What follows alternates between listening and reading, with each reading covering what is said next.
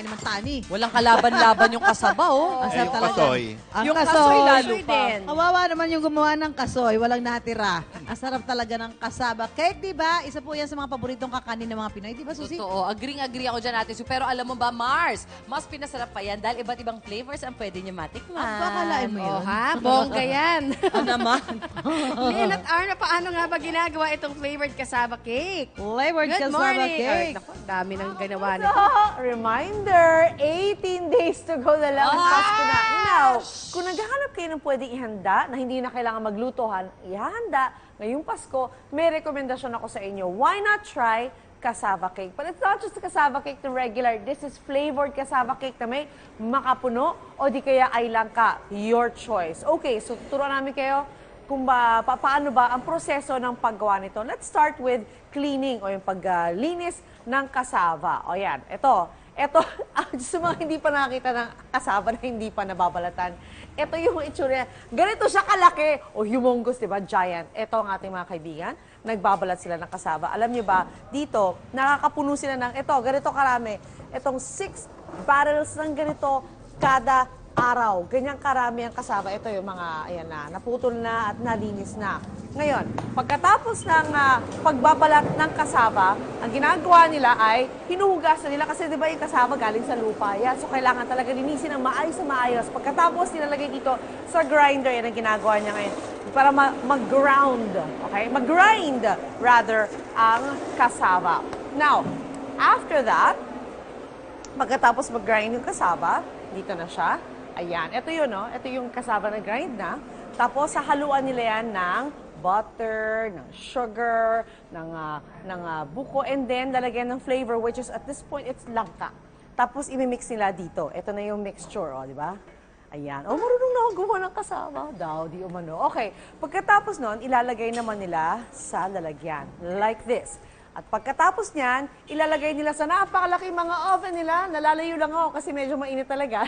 Ayan, yan. There you go.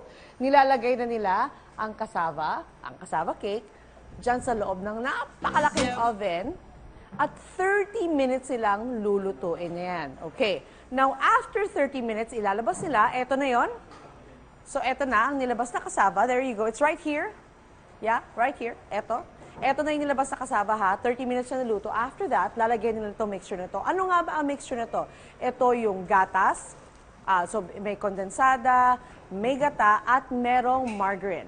Lalagay nila yan sa top. And then, babalik sa oven for 10 minutes. After 10 minutes, ilalabas ulit yan. Pagka nilabas na ulit, eto na siya. Eto na itsura niya. And then, lalagyan na ng topping tulad nito. So, kung gusto makapuno, ayan, lalagay nila sa harap. O di kaya, meron sila nakahanda dyan, no, ng cheese. And then, meron sila nakahanda rin ditong langka. So, lalagay na as toppings. And then, after that, pwede na siyang bilhin. Ayan, Arn! Bibili na natin siya. Alam mo kung magkano ito din?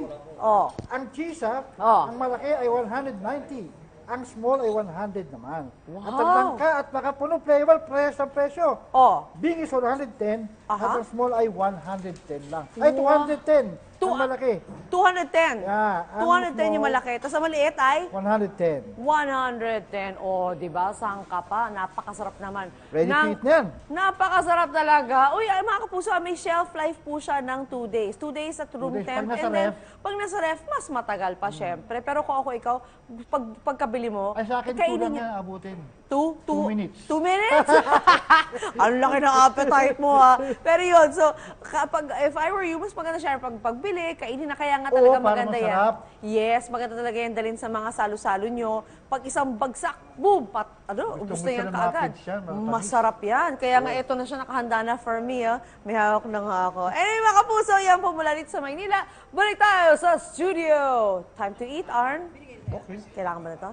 Or ikakamay mo na? Dami na nagawa ni Lynn. Oo, in fairness to you, Lynn, ha? Oo. May handa ka na sa Pasko. Hindi, pwede na yan. Paagdunin mo na yan. Oo nga. Oo, Oy, pwede. Roger. Ayun, ayun na tayo.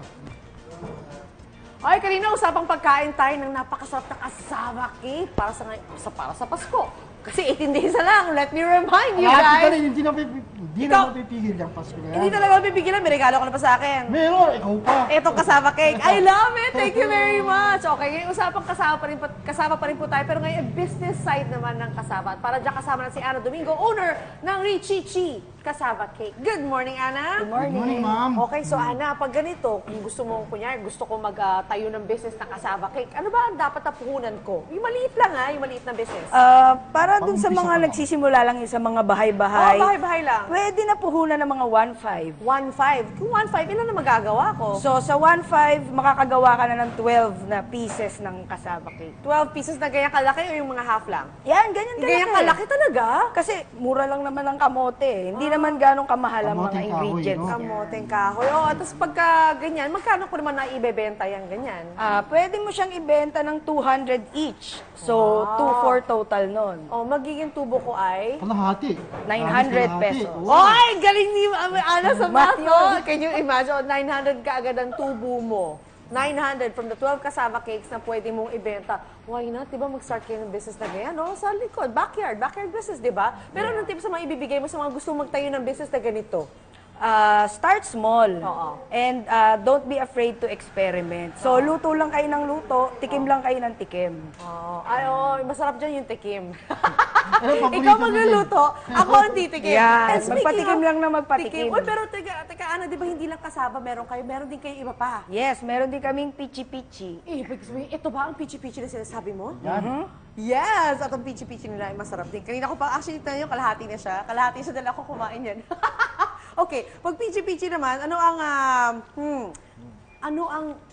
ang flavor na pwede natin ilagay dito in the future? Nox, in the future talaga. Baka Pwede. next year. Balakali. Meron na rin mga nagsasuggest, lalagyan din natin siya ng makapuno sa loob. Para may crunch. Okay yan, ha? Babalikan kita next year, Miss Ana. Oh, naku, hindi naman ko salita. Thank you, Ana. Thank you. Oh, Arn, kain na. Kain na. Yoko niya. Kailangan ko yata ng tubig. Back to studio. Yum. Makapuno, I love it. Next year, Ana.